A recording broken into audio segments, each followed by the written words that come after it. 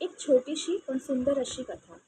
एक मुलगा त्याच्या आजोबाकडे जाऊन बोलतो, आजोबा मला नैतिकता या विषयावर एखादी गोष्ट सांगा, मला उद्या शाळेत सांगायची आहे.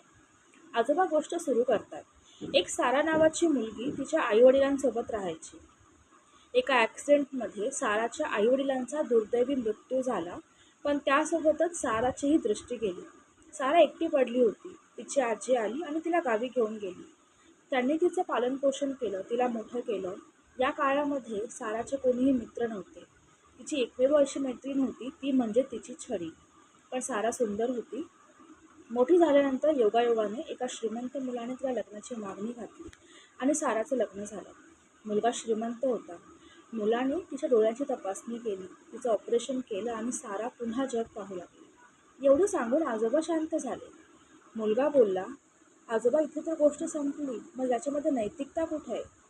आजोबा बोलले, जेव्हा सारा जग पाहू लागली तेव्हा तिने सगळ्यात आधी त्या छडीला दूर फेकलं, जिने तिला तिच्या आयुष्यभर साथ दिली होती.